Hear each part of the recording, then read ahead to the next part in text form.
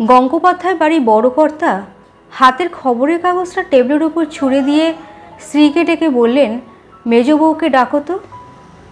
এক গলা ঘুমটা দিয়ে ভাসুর ঠাকুরের সামনে এসে দাঁড়ালেন কাদম্বিনী। ডেকেছেন দাদা? ভাসুরের গলায় যেন মেঘ ডাকল। টেবিলের ওপর পড়ে থাকা বঙ্গবাসী পত্রিকাটি দেখিয়ে বললেন, পড়ে দেখো, তোমার জন্য তোমার স্বামীর, আমাদের পরিবারের মান আজ কোথায় নেমেছে। নিজের জেদটাকেই বড় করে দেখলে, আর দ্বারকাও তোমার তালে তাল মিলিয়ে গেল। ছি ছি, খবরের কাগজ দেখে লজ্জায় মাথা হেঁট হয়ে যাচ্ছে। কৌতূহলের সঙ্গে পত্রিকাটি তুলে নিলেন কাদম্বিনী দেবী। প্রথম পাতাতেই চোখ আটকে গেল। কান মাথা ঝিমঝিম করতে লাগলো রাগে। কি নির্লজ্জ আক্রমণ, কি কুৎসিত কার্টুন! দ্বারকানাথ রূপী একটি ভেড়া, তাকে দড়ি বেঁধে ঘোরাচ্ছেন কাদম্বিনী। তার পাশে রসিয়ে রসিয়ে প্রকাশ করা হয়েছে তার খবর। রাত বিরাতে কলে যাওয়ার জন্য তুলনা করা হয়েছে বার বনিতার সঙ্গে। ফিস দিলেই শহরে মিলবে যুবতী ডাক্তারের সেবা। কি নির্লজ্জ ইঙ্গিত! রাগে অভিমানে চোখে জল এলো তার। একটা মেয়ে স্বাধীনভাবে বাঁচবে, ঘর সংসার সামলে পড়াশুনো করবে, তাতে সমাজের এত জ্বালা কিসের? তার স্বামী এতে সমর্থন দিয়েছে বলে এত কুরুচিকর আক্রমণ। আর বাইরে কাকে বলবেন?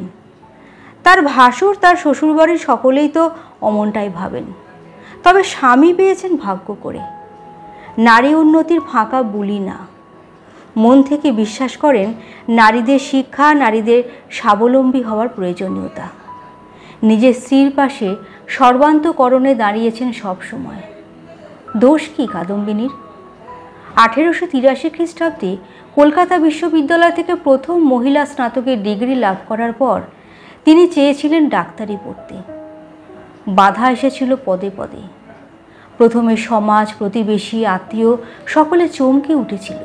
সে কি, মেয়ে পড়বে ডাক্তারি? সব ছেলেদের মাঝে একা? শরীর নিয়ে শিক্ষা? ইজ্জত থাকবে সেখানে? সমাজ কি বলবে?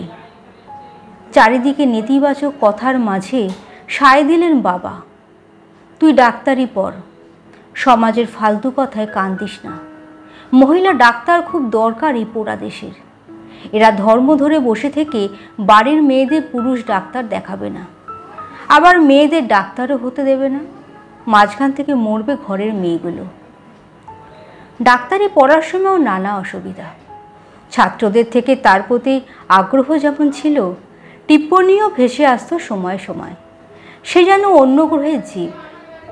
সে প্র্যাকটিক্যাল ক্লাস কিভাবে করবে? স্টুডেন্টরা পরস্পরের শরীর চেক আপ করে, কিন্তু কাদম্বিনীর ক্ষেত্রে কি হবে? সেই সময় এগিয়ে এলেন এক শিক্ষক। দাড়ি, গোঁফোলা, ঋষিতুল্য চেহারা। তিনি বললেন, এসব নিয়ে ভেবো না, আমি ব্যবস্থা করে দেব। যে কোনো প্রয়োজনে এগিয়ে আসতেন তিনি, উৎসাহ দিতেন। কখন যেন কাদম্বিনীর লড়াইয়ে শরিক হয়ে গেলেন এই শিক্ষক। ভরসা পরিণত হলো প্রণয়ে। সেই থেকে লড়াইয়ের সঙ্গীকে জীবনের সঙ্গী করে নিলেন কাদম্বিনী। বয়সের 18 বছরের তফাৎ, বিপত্নিক, কিছুই বাধা পেল না। ব্রাহ্ম সমাজের নেতা, সমাজ সংস্কারক এই লোকটির মধ্যে কাদম্বিনী খুঁজে পেলেন এক প্রকৃত মানুষকে। তার উৎসাহ ও চেষ্টাতেই কাদম্বিনী পেলেন প্রথম ভারতীয় মহিলা হিসেবে ইউরোপীয় চিকিৎসা শাস্ত্রের ডিগ্রি। সেই উদার মানবতাবাদী সমাজ সংস্কারক মানুষটির নামে এমন কুৎসা! শিক্ষা দিতে হবে বঙ্গবাসী পত্রিকার সম্পাদক মহেশ পালকে। আদালতে যাওয়ার সিদ্ধান্ত নিলেন তিনি। দ্বারকানাথ বললেন, ছেড়ে দাও, কি দরকার ওসবের। কিন্তু কর্তব্যে অটল কাদম্বিনী বললেন, না, এ লড়াই আমার নিজের জন্য নয়। বাংলার ঘরে ঘরে যেসব মেয়েরা শিক্ষার জন্য গুমড়ে মরছে, সমাজের ভয়ে এগোতে পারছে না, এ লড়াই তাদের জন্য, যাতে শিক্ষার জন্য এগিয়ে আসা নারীদের কেউ কলঙ্ক লাগাতে না পারে।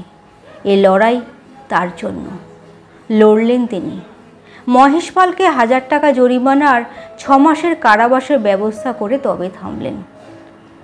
আইনের লড়াইয়ে জিতলেও সমাজের লড়াইয়ে জয়ী হওয়া অত সহজ ছিল না। রক্ষণশীল সমাজ রীতিমতো ঘৃণার চোখে দেখত তাকে।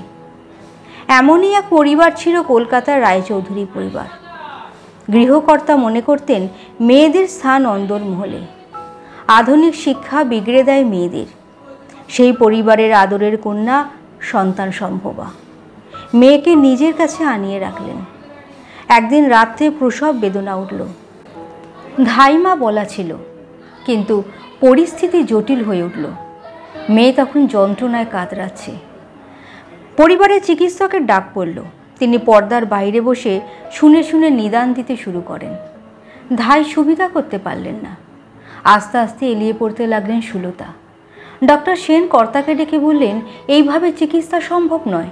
যদি পুরুষ ডাক্তার দিয়ে চিকিৎসা না করান, কাদম্বিনী গাঙ্গুলিকে কল দিন। সম্প্রতি লন্ডন থেকে বিরাট ডিগ্রি নিয়ে ফিরেছেন। একটু ইতস্তত করে কর্তা বললেন, এই রাত্রে তিনি আসবেন? সমাজ কি বলবে তাকে? ঝঙ্কার দিয়ে উঠলেন ডক্টর সেন। সমাজ বলতে তো আপনাদের মতো গোঁড়া লোকেরা। আধুনিক পৃথিবীতে তাদের মতামতের কোনো দাম শিক্ষিতদের কাছে নেই। আপনারা এবার মুখ বন্ধ রাখুন, মেয়েটাকে বাঁচান। লজ্জা, সংস্কার, ঐতিহ্যের অহংকার চেপে রেখে রায়চৌধুরী বাড়ির গাড়ি গিয়ে দাঁড়ালো কাদম্বিনীর দ্বারে। কাদম্বিনী জানতেন এ রক্ষণশীল পরিবারটিকে।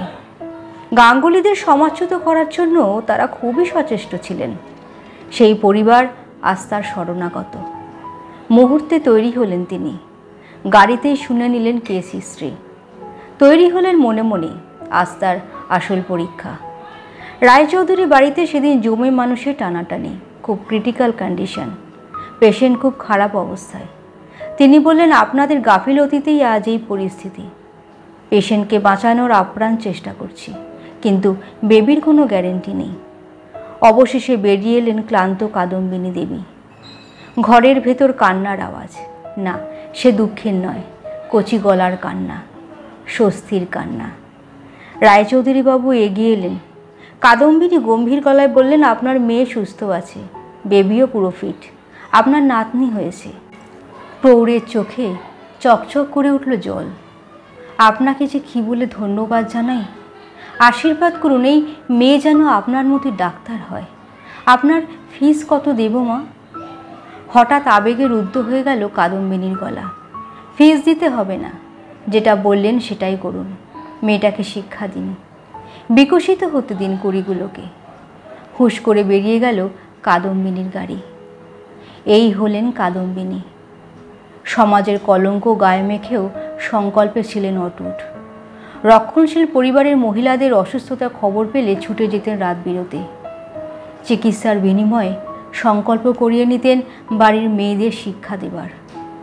তার আদর্শে অনুপ্রাণিত হয়ে বহু নারী এগিয়ে এসেছে নিষেধের বাধা ঠেলে। এগিয়েছে সমাজ, এগিয়েছে দেশ। আজ ভারতের যত মহিলা চিকিৎসক, সবার কাছে তিনি ভগীরথ, পথ প্রদর্শক। কাদম্বিনী গাঙ্গুলি শুধু চিকিৎসক নন, এক লড়াই, এক সংস্কারক, এক প্রেরণা। লেখা সংগৃহীত, কণ্ঠে শ্রীপর্ণা।